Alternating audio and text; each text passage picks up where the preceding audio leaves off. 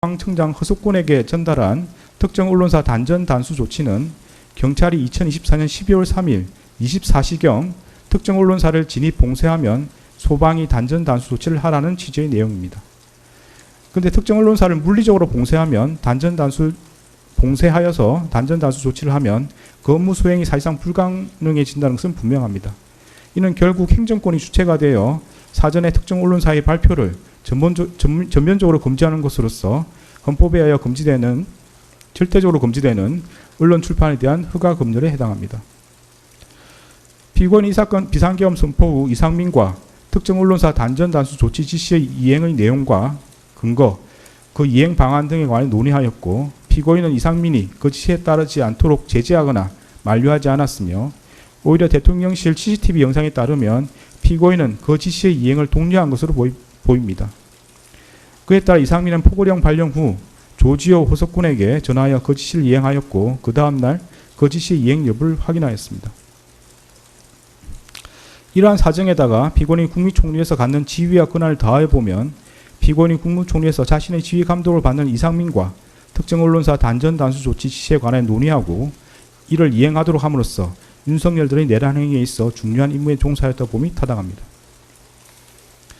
공소 사실에는 기재되었으나 내란 중요 임무 종사로 인정되지 않는 부분을 보겠습니다. 먼저 윤석열로부터 행사에 대신 참석하라는 지시를 받았다는 부분 관련입니다. 윤석열이 이 사건 비상계엄을 선포한 후 대접경실로 돌아와 피고인에게 내가 당분간 가야 하는 임박한 행사를 대신 가줘야겠다는 취지로 말하였고, 이에 피고인이 알겠다는 취지로 수락한 사실은 인정이 됩니다. 그러나 피고인이 대통령이 전반적인 국정운영을 대신하기로 하였다는 등 특별한 사정이 없는 한 윤석열이 참석하기로 예정된 행사에 대신 참석할 것을 수락했다는 사정만으로 윤석열들의 내란 행위에 있어 중요 임무에 종사했다고 평가하기 어렵고, 달리 이를 인정할 만한 증거가 없습니다. 다음으로 비상계엄 선포 후 절차적 요건 구비 시도 관련입니다.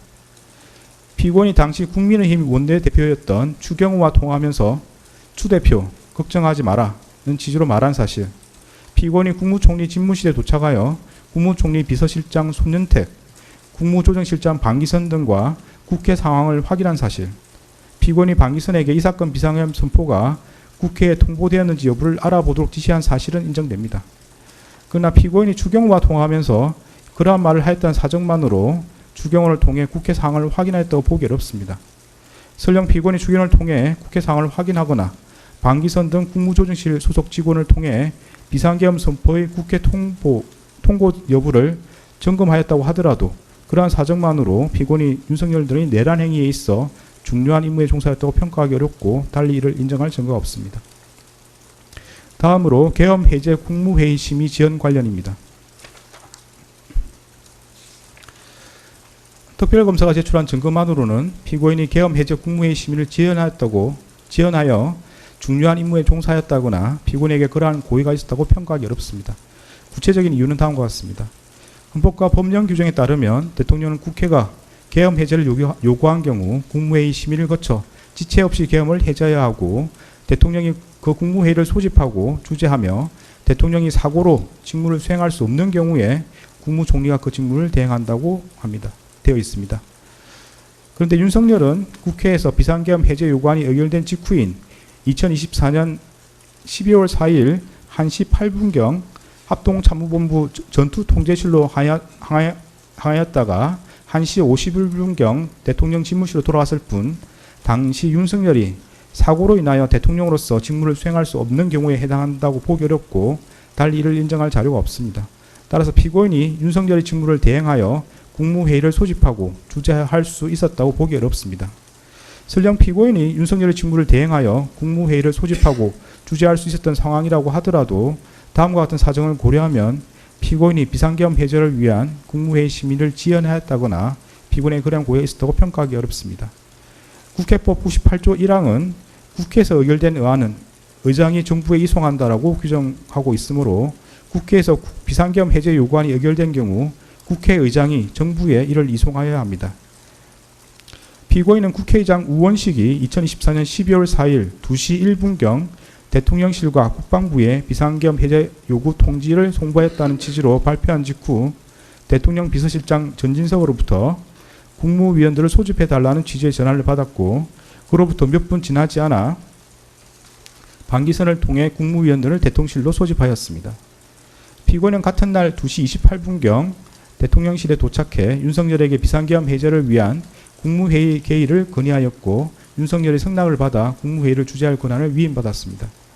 피고인이 소집한 국무위원들은 2시 35분경부터 순차로 대통령실에 도착하였고 4시경까지도 국무회의 의사종족수가 부족하여 국무위원들을 더 기다려야 하는 상황이었습니다. 피고인은 비상계엄 해제를 위한 국무회의 의사종족수가 채워지기를 기다리는 동안 방기선을 통해 비상계엄 해제 의안을 만들고 의안 번호를 확인하는 등 국무회의를 개의하기 위한 절차를 밟았고 의사종족수가 채워지자 지체 없이 국무회의를 주재하여 비상계엄 해제안을 심의하였습니다.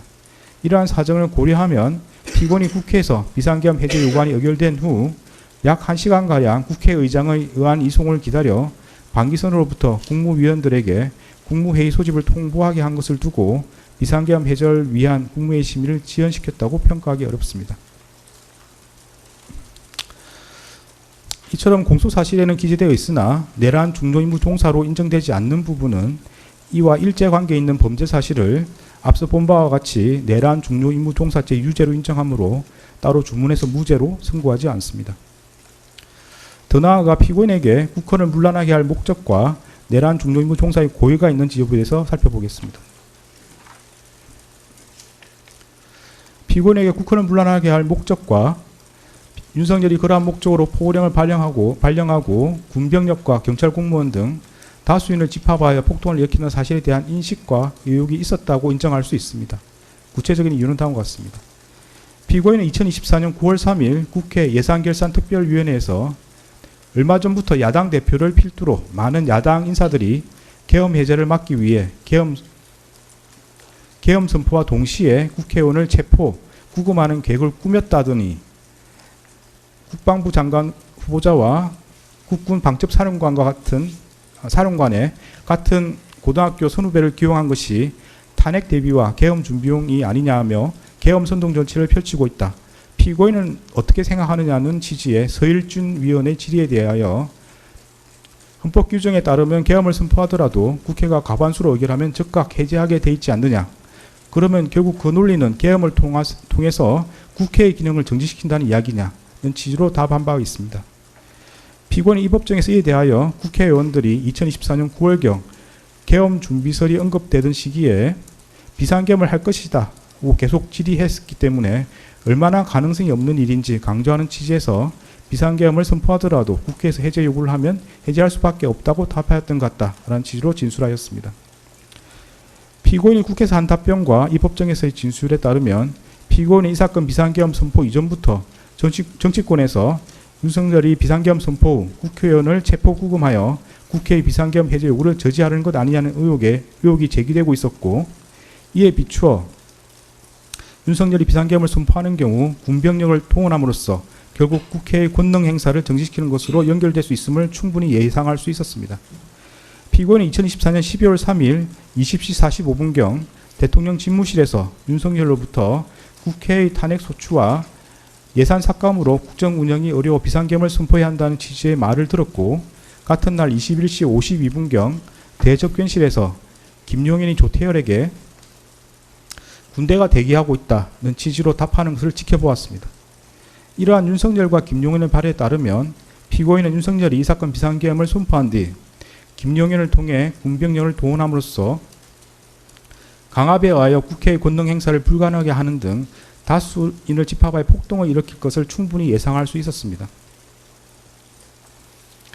피고인은 같은 날 대통령 집무실에서 윤석열로부터 대국민 담화문과 포고령을 교부받았고, 이 사건 비상계엄 선포 후 이상민과 특정 언론사 단전 단수 조치 지시에 관하여 논의하였습니다. 이러한 대국민 담화문, 포고령, 이상민이 받은 지시 내용에 따르면 피고인은 윤석열이 반국가 세력인 국회를 척결하겠다는 이유에서 이 사건 비상계엄을 선포한 뒤 군병력을 동원하고 포고령을 발령하여 국회와 정당의 활동을 금지하고 특정 언론사의 활동을 불가능하게 하며 이를 위반한 사람을 영장 없이 체포, 구금, 압수수색하여 형사처벌함으로써 헌법과 법률에 의한 절차에 의하지 않고 헌법에 따라 보장되는 의회 정당제도와 영장주의를 소멸시키고 헌법에 의하여 금지되는 언론 출판에 대한 허가 금지를 시행할 것을 충분히 예상할 수 있었습니다. 이러한 사유로 피고인에게 국헌을 문란하게 할 목적과 내란 중요 임무 종사의 고의가 있다고 인정됩니다. 다른 혐의들에 대해서 보겠습니다. 허위 공문서 작성 혐의는 유죄로 인정합니다. 관련 공소사실은 피고인은 강의구 김용현, 윤석열과 순차 공모하여 마치 대통령의 국법상 행위인 비상계엄 선포가 국무총리와 관계 국무위원이 비상계엄 선포 전에 부수한 문서에 의하여 이루어진 것처럼 보이게 하여 이 사건 비상계엄 선포 관련 사법 절차